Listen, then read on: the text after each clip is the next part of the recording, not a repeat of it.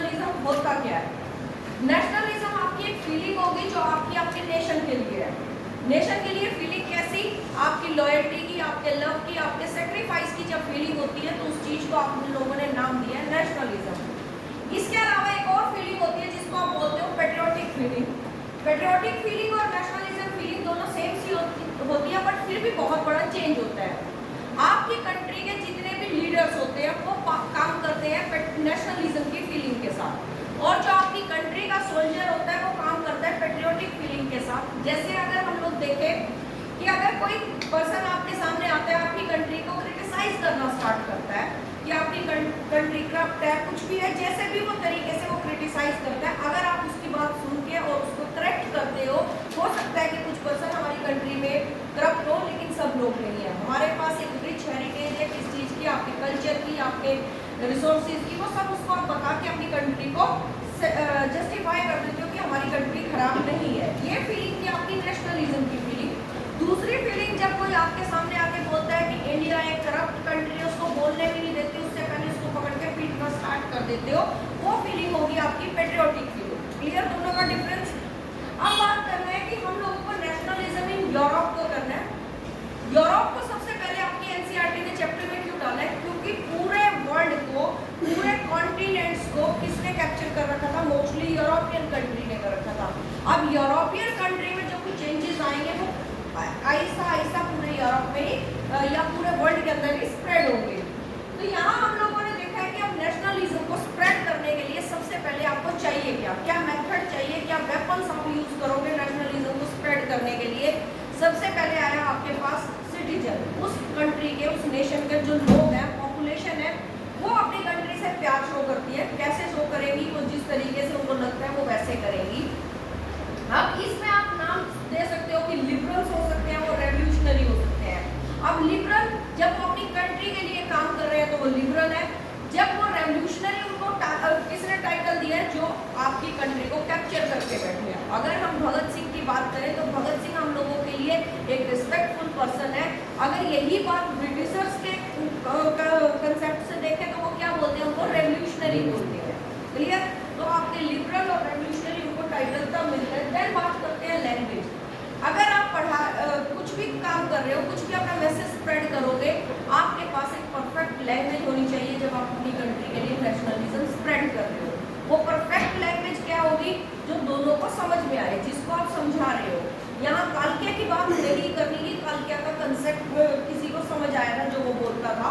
सिर्फ क्या है, जो लैंग्वेज आपको समझ आई। अगर यहाँ पर आप बात करते हो यूरोप के अंदर कौन सी लैंग्वेज थी, आपकी Polish language, German language, French language और आपकी ग्रीक लैंग्वेज ने मेन रोल प्ले किया है अपने लिए नेशनलिज्म स्प्रेड करने के लिए। कल्चर, किसी भी कंट्री का या किसी भी नेशन का कल्चर डिपेंड करता है उसकी हेरिटेज को एक्सप्लेन करने के लिए, उस कंट्री के बारे में, उसके पास्ट को बताने के लिए कितना बढ़िया आप लोगों के पास पास्ट था, किस तरीके से आपने अपने आप को ग्रो किया है। तो वो क्या होगा, आपके फोक टेल्स आपको बता रही है, नेक्स्ट जनरेशन को आपकी पोएट्री बता रही है। ये सब चीज़ें कहाँ से पता चली, जब आपने अपने ओल्ड लिटरेचर को उठा के देखा और उस ओल्ड लिटरेचर ने आपको बता दिया। देन ड्रेसेस, किसी भी कंट्री के पास कोई ना कोई नेशनल ड्रेस होती है। अगर हम इंडिया के कंसेप्ट से बात करें तो इंडिया की नेशनल ड्रेस साड़ी होगी फीमेल के लिए। ऐसे ही अगर हम ब्रिटेन की ड्रेस की बात करते हैं, जो उनकी फीमेल होती है, जो रॉयल फैमिली की फीमेल है, उनको पब्लिक जो ओपिनियन, पब्लिक जो उनकी गैदरिंग होती है, उस गैदरिंग के अंदर वो सिर्फ स्कर्ट पहन के ही जाना उनको परमिशन होती है विद हैट। जीन्स पहन के वो नहीं जा सकती। ऐसे ही मेल मेंबर को उनके सूट पहन के जाना की परमिशन होती है। फ्लैग, अब जो सबसे मेन मुद्दा है आज के टाइम में मॉडर्न नेशन के पास भी, अगर आपको अपनी कंट्री का फ्लैग दिख रहा है तो उसके लिए अपने आप ही आपके मन में रिस्पेक्ट आती है, आप उसको सैल्यूट कर देते हो। फिर बात करते हैं एल्गरीज।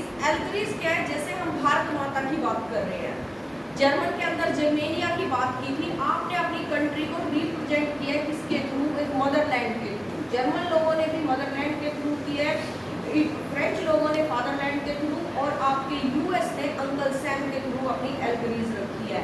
अंकल सैम से उनका क्या मोटिव था, क्योंकि आपकी यूएस कंट्री इमिग्रेंट्स की कंट्री है, वहाँ पर आउटसाइडर्स ज़्यादा है, नेटिव लोग नहीं है, तो उन्होंने अंकल सैम का नाम लिया है। चैप्टर के अकॉर्डिंग ही गए कि किन किन कंट्रीज में हम नेशनलिज्म इस पूरे चैप्टर में चैप्टर के अंदर कंट्रीज तो बहुत सारी के नाम आएंगे, बट नेशनलिज्म एक्चुअल में कहाँ आया, सिर्फ उन कंट्रीज की बात कर लेते हैं। स्टार्ट किया उन लोगों ने इंग्लैंड से। जिस टाइम सिर्फ इंग्लैंड एक इंग्लैंड ही था, वो धीरे धीरे ब्रिटेन बना, ब्रिटेन के बाद यूनाइटेड किंगडम बना, और अपनी पूरी जर्नी को उसने कैसे किया तो पूरा इस चैप्टर में दिखाएंगे। 1688 के अंदर उनके पास एक ग्लोरियस मूवमेंट लोगों ने स्टार्ट किया था, ब्लडलेस मूवमेंट जिसको बोलते हैं, क्योंकि इसमें एक पर्सन की भी कैजुअलिटी लोगों को फेस नहीं करनी पड़ी थी। देन फ्रांस में आप लोगों ने नेशनलिज्म दो बार देखा है। एक देखा है 1789 के अंदर, जिस टाइम फ्रीडम और इक्वालिटी की हम लोगों ने बात की थी। देन 1830 के अंदर जुलाई फिर से वो अपनी कॉन्स्टिट्यूशनल मोनार्की को इस्टेब्लिश करेंगे, बहुत सारे चेंजेस आएंगे। ड्यूरिंग चैप्टर हम लोग उसको स्टडी करेंगे। ग्रीस वर्ल्ड का क्रेडल ऑफ सिविलाइजेशन, जैसे हम बोलते हैं इंडस सिविलाइजेशन वर्ल्ड की ओल्डेस्ट अर्बन सिविलाइजेशन है। सेम पार्ट पे कंटेम्प्रेरी इंडियन सिविलाइजेशन के बहुत सारी सिविलाइजेशन थी, जिसमें ग्रीस की सिविलाइजेशन भी नहीं थी, और इसको बोला गया है कि ये क्रेडल ऑफ द सिविलाइजेशन है। जितनी भी आपके पास बुक्स होती हैं, साइंस की बुक्स, उसमें वर्ड आते हैं Greek word, mostly Greek word आपकी साइंस की बुक में तो आएंगे, लिटरेचर की बुक में लैटिन वर्ड भी आएंगे, ग्रीक वर्ड भी आएंगे, बट साइंस बुक के अंदर आपको ग्रीक वर्ड ज़्यादा मिलेंगे। पॉलिटिकल साइंस की बुक के अंदर ग्रीक वर्ड ज़्यादा मिलेंगे। रीजन उनके पीछे, क्योंकि आपकी डेमोक्रेसी की स्टार्टिंग यहीं से हुई थी, या साइंस की स्टार्टिंग की जो बात करते हैं, इन्हीं लोगों को उसका क्रेडिट देते हैं। आर्किटेक्चर इनका बेस्ट था, बट इन लोगों के साथ क्या हुआ, ऑटोमन एम्पायर ने वो कैप्चर कर लिया। उससे अपने इंडिपेंडेंस कैसे गेन करेंगे, उस पूरे नेशनलिज्म के फेज को हम लोग यहाँ देखेंगे। जर्मनी, आज जिस जर्मनी को हम लोग देखते हैं, इनिशियल स्टेज के अंदर तो ऐसा नहीं था। उसमें डिफरेंट टाइम के बाद एक राइट इस्टेब्लिश हुआ है, जो 9th क्लास में आप लोगों ने 3 राइट्स की बात देखी थी, फर्स्ट राइट, सेकंड राइट और third right. Third right Hitler लेके आया, सेकंड राइट ऑटोमन बिस्मार्क, जो इस चैप्टर में हम लोग देखेंगे, और फर्स्ट राइट आपके कैथोलिक चर्च ने इस्टेब्लिश किया था। तो जर्मनी आपका कई बार स्टार्ट करेगा अपने टुकड़े को समेटने की, 1848 में भी। देन ऑटोमन बिस्मार्क जिस टाइम सेकंड राइट इस्टेब्लिश करेगा, वो ये फेज आएगा। इटली की बात करते हैं। इटली 1831 से 70 तक अपने पूरा कंट्री को यूनिफाई करने का जो फेज, जो जर्नी की थी, वो हम लोग देख लेंगे। बाल्कन रीजन, जो कंट्रीज आपको फर्स्ट वर्ल्ड वॉर के बाद दिखती है या सेकेंड वर्ल्ड वॉर के बाद दिखती हैं, आज आप मैप चेक करते हो, वो आपकी 1914 तक नहीं थी। वो सिर्फ एक रीजन्स थे, और उन रीजन्स को नाम दे दिया था बाल्कन रीजन, जहाँ पर मोस्टली अंडर कंट्रोल थे ऑटोमन एम्पायर के। तो ये पूरी जर्नी जिसकी वजह से आपका फर्स्ट वर्ल्ड वॉर भी स्टार्ट होगा।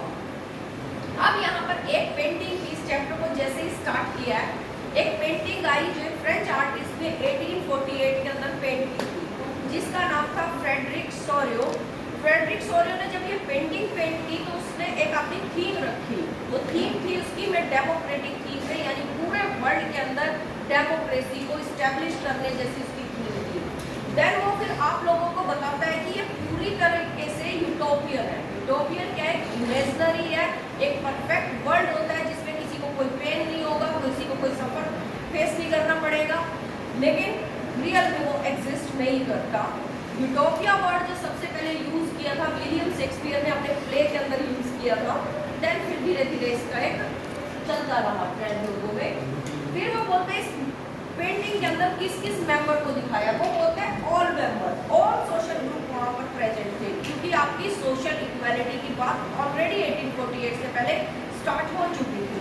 सोशल ग्रुप के अंदर मैन, विमेन, चिल्ड्रन, और उसके साथ साथ आपके उनको दिखाया कि वो यूएस और यूरोप के लोग हैं। यूएस से मोटिव क्या था, क्योंकि यूएस ने फर्स्ट टाइम इंडिपेंडेंस गेन करके अपनी डेमोक्रेसी स्टैब्लिश कर ली थी, इसीलिए उसने यूएस का नाम दिया। स्टैचू ऑफ लिबर्टी, वो पेंटिंग जो थी वो 4 पार्ट्स में थी।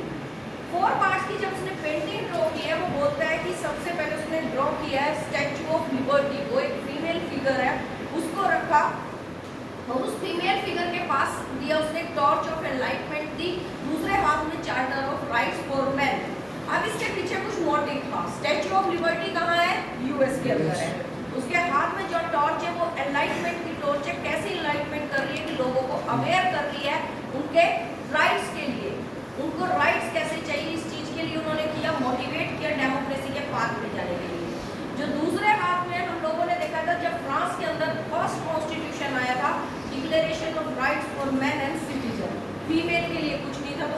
ही वहाँ पर एक चार्टर दिया है कॉन्स्टिट्यूशन की बात की कि उसके पास ये है।